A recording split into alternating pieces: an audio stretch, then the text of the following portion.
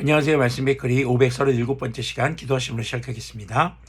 거룩하신 주님 감사합니다. 주님의 말씀을 묵상합니다. 성령님께서 말씀의 조명이 되어 주시옵소서. 우리 주 예수 그리스도님의 이름으로 기도합니다. 아멘. 오늘 보실 말씀은 고린도후서 1장 12절에서 24절까지의 말씀입니다. 우리의 자랑거리는 우리의 양심이 또한 증언하는 것이기도 합니다. 그것은 곧 우리가 세상에서 처신할 때에, 특히 여러분을 상대로 처신할 때에 하나님께서 주신 순박함과 진실함으로 행하고 세상의 지혜로 행하지 않고 하나님의 은혜로 행하였다는 사실입니다. 우리는 지금 여러분이 읽고 이해할 수 있는 것만을 써서 보냅니다. 나는 여러분이 그것을 완전히 이해하기를 바랍니다. 여러분이 우리를 이미 부분적으로 이해했습니다마는 우리 주 예수님의 날에는 여러분이 우리 자랑거리듯이 우리가 여러분의 자랑거리가 될 것입니다. 사도 바울은 고린도후서 편지의 서두에서 이제 그들을 대할 때, 고린도 교회 성도들을 대할 때 순박함, 곧 거룩함과 진실로, 그리고 주님의 은혜로 행했다는 것을 강조합니다. 자, 15절 계속 보면요. 이러한 확신이 있으므로 먼저 나는 여러분에게로 가기로 마음을 먹었습니다. 그것은 여러분으로 하여금 두 번 다시 은혜를 받게 하려는 것이었습니다. 나는 여러분에게 들러서 마케도니아로 갔다가 마케도니아에서 다시 여러분에게로 와서 여러분의 도움을 받아서 유대로 갈 작정이었습니다. 내가 이런 계획을 세운 것이 변덕스러운 일이었겠습니까? 또는 내가 육신의 생각으로 계획을 세우기를 아니요 하려는 속셈이면서도 예하고 계획을 세우는 것이었겠습니까? 지금 16절에서는요, 바울이 원래 세웠던 계획을 이야기합니다. 그런데 지금 그 계획이 변경됐다는 겁니다.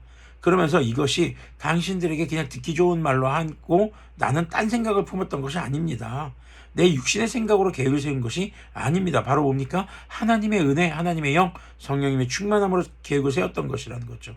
아니 그렇다면 성령님의 충만한 계획이라면 왜 이 계획이 변경되어야 하는 걸까요? 하나님의 뜻 안에서 결정했다면 끝까지 유지해야 하는 것이 맞지 않나? 이런 생각도 할 수 있습니다. 말씀을 계속 보면서 이야기를 나눠보도록 하겠습니다. 18절 계속 보면요. 하나님께서는 신실하십니다. 따라서 우리가 여러분에게 하는 말은 예 하면서 동시에 아니오가 하는 것은 아닙니다. 겉과 속이 다르게 말하는 것이 아니라는 겁니다. 나와 실로아노와 디모데가 여러분에게 선포한 하나님의 아들 예수 그리스도님께서는 예도 되셨다가 동시에 아니오도 되신 분이 아니었습니다. 예수님은 진리이시고 참된 분이시기 때문에 거짓이 될 수 없는 분이라는 거죠. 그리스도님 안에는 예만 있을 뿐입니다. 진리만 있다는 것입니다. 하나님의 모든 약속은 그리스도님 안에서 예가 됩니다. 그러므로 그리스도님으로 말미암아 우리는 아멘 하면서 하나님께 영광을 돌리는 것입니다. 우리를 여러분과 함께 그리스도님 안에 튼튼히 서게 하시고 또 우리에게 사명을 맡기신 분은 하나님이십니다. 하나님께서는 또한 우리를 자기의 것이라는 표로 인을 치시고 그 보증으로 우리 마음에 성령님을 주셨습니다. 내 목숨을 걸고서 나는 하나님을 증인으로 모시렵니다. 내가 아직 고린도에 가지 않은 것은 여러분을 아끼기 때문입니다. 고린도 전서에서 바울은 고린도 교회 성도들에게 가겠다라고 얘기했지만 아직 고린도 후서를 보낸 20장까지 가지 못한 것이 지금 문제인 것이죠. 아마 그것들 때문에, 그 사건 때문에 고린도 교회 성도들이 바울의 말을 진실되지 않다라는 생각을 했었던 것인지도 모르겠습니다. 그런데 바울이 지금 아직 고린도 교회에 가지 않은 것은 23절 후반에서 그들을 아끼기 때문이라고 기록하고 있습니다. 24절 계속 보면요. 우리는 여러분의 믿음을 지배하려는 것이 아닙니다. 우리는 여러분이 기쁨을 누리게 하려고 함께 일하는 일꾼일 따름입니다. 여러분은 이미 믿음에 튼튼히 서 있습니다. 듣기 좋은 말을 하면서 내가 안 가도 되는 것 같아요. 이게 아닙니다, 지금.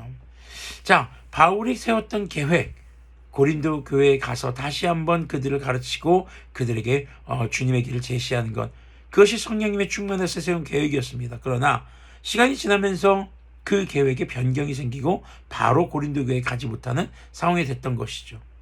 자, 이것이 바울이 처음 세웠던 계획이 하나님의 영에 의한 것이 아니라 자신의 생각이었던 것일까요? 아니면 후에 세운 계획이 자신의 생각에 의한 것이었을까요? 우리는 어떻게 보면요, 그 모든 것이 두 가지가 서로 다른 것일지라도 성령님의 충만하여 이루어진 것임을 우리는 기억해야 할 것입니다. 바울이 나중에 이제 로마로 가게 될 때가 있습니다. 자, 로마로 가면 죽을 줄 압니다. 죽게 되는 거예요.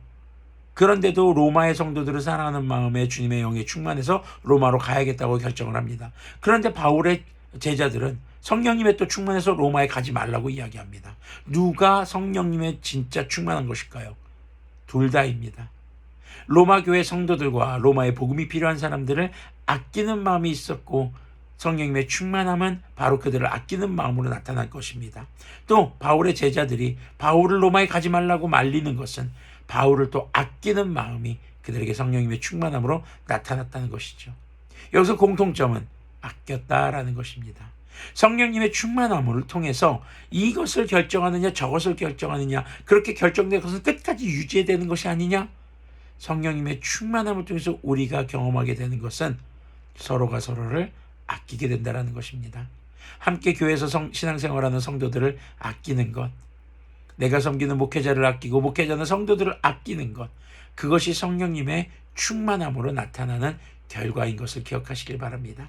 그래서 바울이 고린도 전서에서 내가 당신들에게 가겠습니다 라고 말했지만 아직 고린도 후서를 쓰는 시점까지 가지 못했던 것, 가겠다고 한 것도 그들을 아끼는 태도이고, 또 가지 못하게 된 것도 그들을 아끼기 때문이라는 것을 바울은 강조하고 있는 것이고, 그것에 대해 증인이 하나님이라고 말하는 것은 자기의 육신적인 생각, 자기의 욕심을 따라 결정한 것이 아니라 주님의 영의 충만함을 통해 결정한 것이고, 하나님 안에서 한 은혜의 결정이라는 것을 강조하고 있는 것입니다.